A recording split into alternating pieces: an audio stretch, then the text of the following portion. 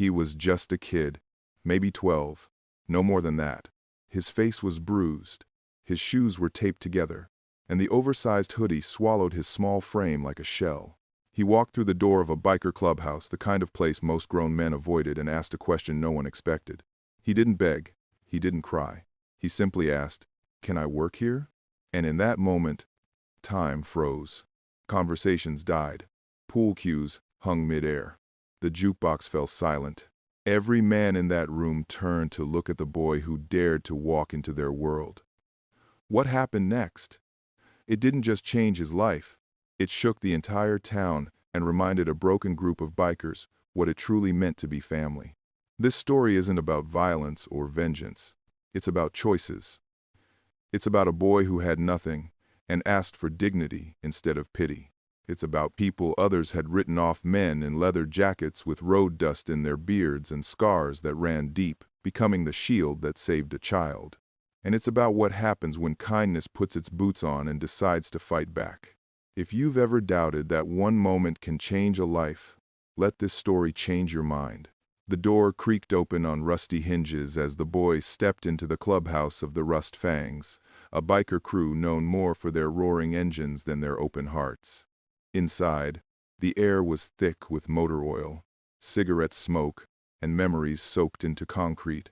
Grease stains marked the floor like old battle scars.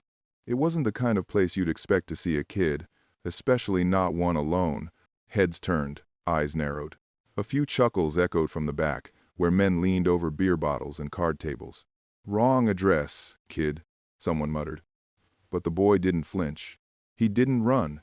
He let the heavy door slam behind him and walked forward with quiet purpose. His name was Noah Collins, 12 years old, lived in the yellow house on Oak Street behind the rusted chain-link fence. At least, that's what he told Keller, the sergeant at arms, sitting in the corner. Keller was a man who'd seen war, loss, and every kind of trouble a man could carry.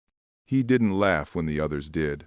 He watched the boy, his bruised face, the tension in his shoulders, the way his eyes scanned the room without fear but not without pain. When Keller asked his name, the boy answered calmly.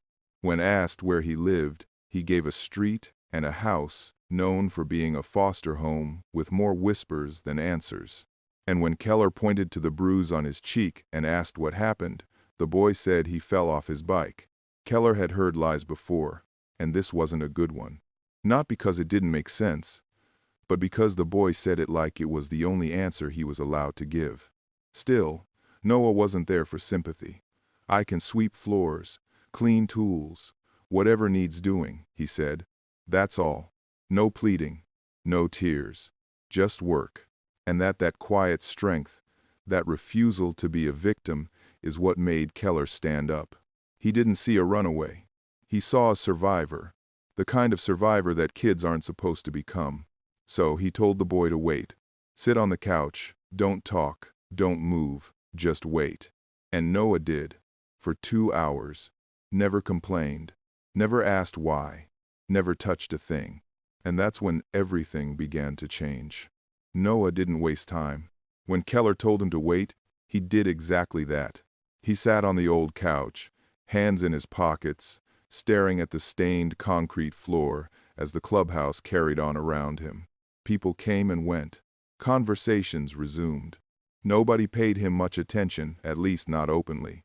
But Keller watched. He watched as Noah refused to fidget, didn't ask for the bathroom, didn't complain about the wait. Tina, the club's cook, quietly placed a sandwich and a Coke next to him. Noah didn't touch them for 10 minutes.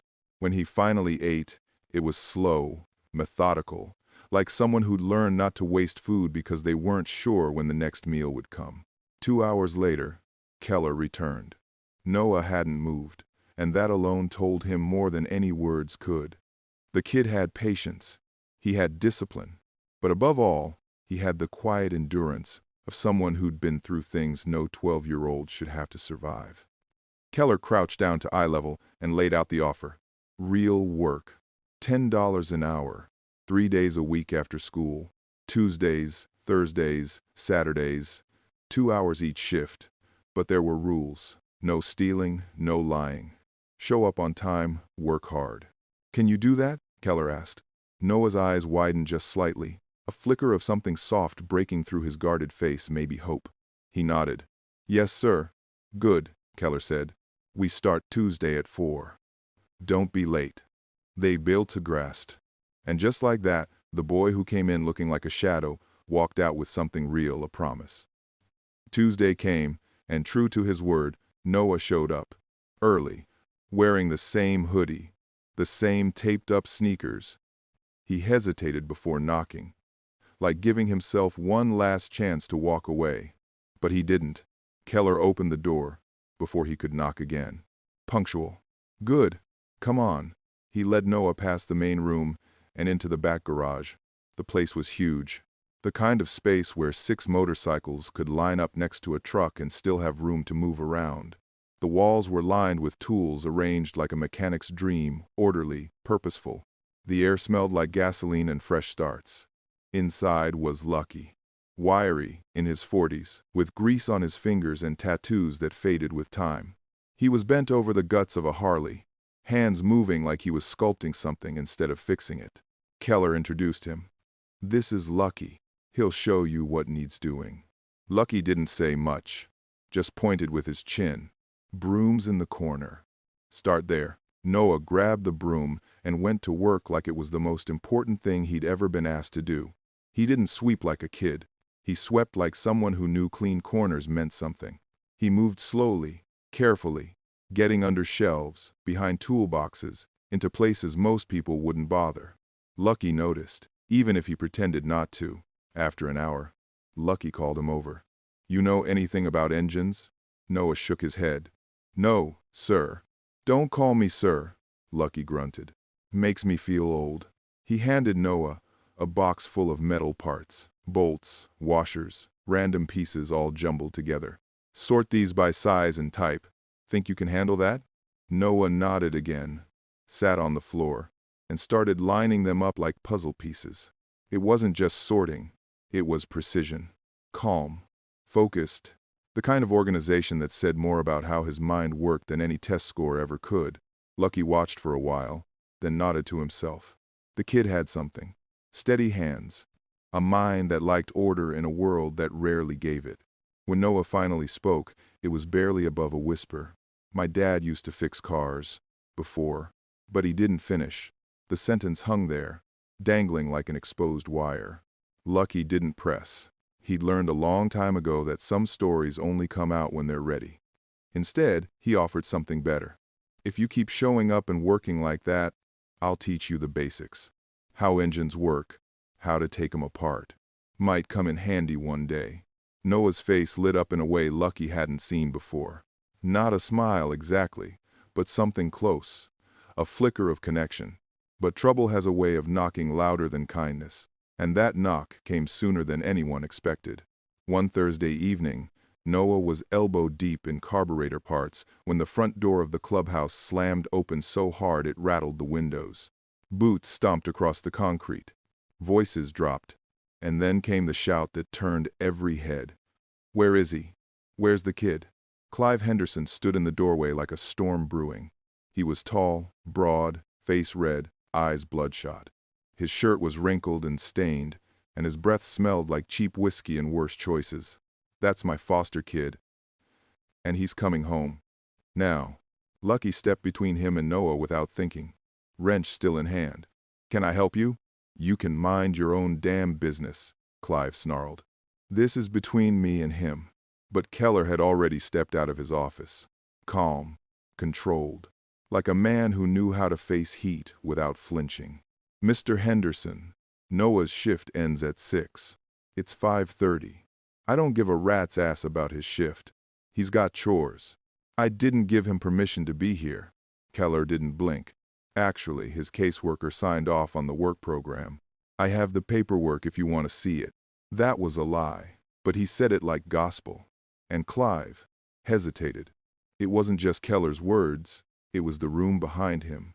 Razor, Moose Joe, Barker, all standing in silence, all wearing leather and quiet rage. And Clive? He wasn't dumb. Drunk, yes. Dangerous, maybe. but not dumb enough to push through 5 men who'd clearly decided that this boy wasn't going anywhere tonight. He cursed, pointed at Noah. "You got 1 hour. Don't make me come back." Then he stormed out. Door slamming like a gavel. Noah sat frozen, hands shaking. Lucky crouched beside him and said quietly, "You're okay. He's gone." But the kid didn't look okay. He looked like someone waiting for the storm to return. Noah didn't say much after that night. He showed up to the garage like clockwork early, quiet, focused. But something had shifted. He moved a little slower, flinched a little more. The bruises didn't stop. Lucky noticed. And so did Moose Joe. Joe had been watching from a distance, remembering too well what it looked like when a child lived in fear. Years ago, Joe had lost his own son to the foster system, a kid who got bounced from house to house until hope ran out and the silence took over. He never got a second chance to step in. He wasn't going to miss it this time. Keller started making calls. Not to the police, they knew how slow that could be, but to people who'd been through war with him, people who owed him favors. One of them was Melina, a caseworker with Child Protective Services who'd served in the Marines before becoming a voice for kids stuck in the cracks of the system. Keller sent her the photos. The bruises that kept showing up in different places. The way Noah always kept his left arm close to his side. The split lip. The stiffness. The silence. Melina didn't need convincing. She'd seen enough. She promised to fast-track a case file and look deeper. And through it all, the bikers closed ranks. Not with fists, but with presence. Moose Joe started walking Noah home. Barker rode his bike in circles around the block. When Noah got to that yellow house, just slow enough for anyone inside to see. It wasn't a threat, it was a warning. "We see you." Tina kept feeding him. Lucky kept teaching him. Keller kept planning. But they all knew the clock was ticking. Clive wasn't going to calm down. And the system wasn't built to move fast enough. So they did something most people wouldn't expect from a group of men covered in leather and scars. They stepped up as guardians. You see, biker culture has always been misunderstood. People see the tattoos, the roaring engines, the rough exteriors, and they think danger. But what they don't see is the loyalty, the code, the kind of honor that doesn't live in boardrooms or city halls, but in garages and gravel roads. Some biker clubs, like Bikers Against Child Abuse, exist for one reason: to protect kids like Noah. Not with violence, but with visibility. They show up in courtrooms, ride by houses, and make sure no child ever feels alone again. And even though the Rust Fangs weren't part of Baka, their spirit wasn't far off. They'd seen too much to look away now. A child had walked into their world asking for a chance, and that meant something. Joe saw it the clearest. The way Noah responded to small routines, knowing someone would meet him after work, hearing Lucky's gruff compliments, watching Keller's unshakable calm. For a kid who'd been shuffled around like luggage, this wasn't just a job. It was proof that someone finally stayed. Someone showed up again and again. And when Joe asked Keller what would happen if the system didn't move fast enough, Keller's response was simple. "Then we do it our way. Not violence, not threats, but a wall of men who refuse to let another kid fall through the cracks." So they prepared. Tina found old employee records and discovered something no one expected. Noah's mother, Emma Collins, had worked at her diner years ago. She had disappeared when Noah was still an infant, without a trace, without collecting her last paycheck. A faded photograph surfaced: Emma holding a baby wrapped in blue, her handwriting on the back. Noah. 4 months. My whole world. That changed everything. Now it wasn't just a custody issue. It was a question of what really happened to Emma Collins, and whether Clive Henderson had ever told the truth. With Molina's help, the pieces began to form a picture no one could ignore, and a plan was set in motion. Because now, it wasn't only about saving Noah's future, it was about uncovering his past. Friday morning came cold and quiet. Joe arrived at the yellow house at exactly 7, just like he'd said. Noah opened the door, already dressed, already braced. Clive stood behind him on the porch, arms crossed, eyes narrowed like he knew something was coming but didn't understand what. "Where are you taking him?" he asked, voice sharp. Joe didn't answer with explanations. He just said, "Noah's got an appointment. He'll be back when it's done. Behind him, Barker was on his bike, engine idling at the curb. Across the street, Razor's truck was parked, engine off, windows up, but presence loud and clear. Clive muttered something under his breath, but he didn't stop them. Maybe he knew it was already too late. Noah didn't ask questions until they were 5 blocks away. His voice was small, barely rising above the wind. "Where are we going?" Joe kept his eyes on the road. "To the courthouse. There's someone who needs to talk to you." Noah stiffened behind him. "About what?" "About whether you want to keep living in that house." For a long stretch, Noah didn't say anything. They turned onto Main Street, the courthouse clock just coming into view when he finally whispered, "Do I have a choice?" Joe's voice was steady, firm. "Yeah, kid. For the first time, you do." Inside the courthouse, everything felt too big. The ceilings, the echo, the long wooden benches filled with people who didn't look at each other. Melina met them at the entrance. She was all business, but her eyes softened when she looked at Noah. In the hearing room, papers were passed, photographs laid out, timelines read aloud. Keller had been documenting everything: dates, bruises, signs of fear that had gone unnoticed or ignored for too long. But it wasn't just the injuries. Tina's discovery, the photo of Emma Collins, the employment records, the way she'd vanished without a trace became the turning point. Melina dropped the file onto the table and looked directly at Clive's attorney. "Your client was the last person to see this woman alive. And 6 months later, he magically finds her infant son abandoned at a gas station? We're recommending a criminal investigation." The room went still. Clive shifted in his chair, suddenly looking smaller, less sure. Noah was asked to testify. He stood behind the microphone, hands clenched, voice calm. He didn't cry. He didn't dramatize. He told the truth, plain and direct. When the judge, a woman with silver hair and eyes that had seen too many broken stories, asked where he wanted to go, Noah turned his head and looked at the back row. He saw Joe. He saw Lucky and Keller sitting like sentinels behind him. And he said, "With them, the rust fangs. They're the only ones who ever gave me a choice. It's everyone."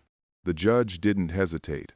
"I'm granting emergency temporary guardianship to Joseph Mancini, pending full background and home evaluation."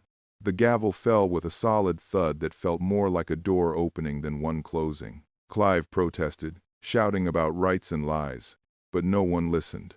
2 bailiffs escorted him out, red-faced and raging. Noah didn't look back. Not once. Back at the clubhouse, something shifted. The storage room was cleared out. The walls painted. A real bed was set up, not a cot, not a couch. Tina found motorcycle-themed bedsheets. Lucky mounted a pegboard for tools. Barker brought a desk. By Sunday, it wasn't just a room. It was Noah's space. His, for the first time. He had a drawer with his name on it. A place to hang his coat. A place where no one would come in at night and yell or worse. The clubhouse didn't feel like a gang anymore. It felt like a family. That night, as everyone gathered in the main room, Keller raised his beer and said, to the kid who walked into a biker clubhouse asking for work, "You got guts, Noah Collins. And now, you got family." The room echoed with raised glasses, laughter, and something deeper: relief. Maybe even love. Noah tried to speak, but the words caught somewhere in his throat. Later, Joe found him sitting alone on the front steps, staring up at the stars. "You okay?" Joe asked. Noah thought for a moment. "Do you think we'll ever find out what happened to my mom?" Joe didn't lie. "I don't know. But whatever we find, you won't face it alone." Noah leaned gently against Joe's shoulder, and in that moment, no words were needed. Inside the garage, a toolbox had a new label, Noah, and on the fridge, taped next to the ride schedule, was a drawing of a motorcycle carefully shaded, labeled with love. Noah didn't need a hero. He didn't need someone to charge in with sirens and capes. He just needed someone to see him, to really see him, to believe in him. And maybe that's the hardest thing to ask of the world, to notice the quiet ones, the tired ones, the ones who stopped asking for help because no one ever came. But that's exactly what the rust fangs did. They saw a kid covered in bruises walk through their door, not asking for pity, not asking for rescue, just asking for work. And instead of turning him away, they leaned in. They opened the door wider. They listened. They showed up. Again and again. What saved Noah wasn't a system. It wasn't a policy or a hotline. It was a group of men most people would cross the street to avoid. Men with calloused hands and broken pasts. Men who'd buried brothers, fought demons, and carried regrets. But in this boy, they saw something they recognized: survival, grit, and a longing not to be forgotten. So they did what families are supposed to do. They protected. They nurtured. They built a room and filled it with tools and warmth and drawings on the fridge. They gave him something he'd never had before, not just safety, but belonging. The truth is, the world doesn't always need more heroes. Sometimes, what it really needs is more people willing to say, "I've got your back." People who don't walk away, who don't ask for perfection, who offer second chances without needing an explanation. And in doing so, they change everything, not just for one kid, but for everyone watching. Because when kindness shows up in leather and grease and gravel, rough voices, it reminds us that goodness wears many faces. Sometimes it rides a Harley. Sometimes it carries a wrench. And sometimes it answers a quiet knock at the door with, "You start Tuesday." So here's the question. What would you do if a child walked into your life asking for a chance? Not help, not money, just a chance to matter. Would you see him? Would you listen? Would you stay? The answer might be the most important thing you ever give. And if this story moved you even just a little, share it with someone who needs to be reminded that kindness still exists, that people still care, that family can be chosen, and that sometimes the most unexpected people end up being exactly who we need. Thank you for listening, and thank you for being the kind of person who believes stories like this matter. We'll see you in the next episode of Embrace the Journey, where kindness meets courage and ordinary moments become extraordinary.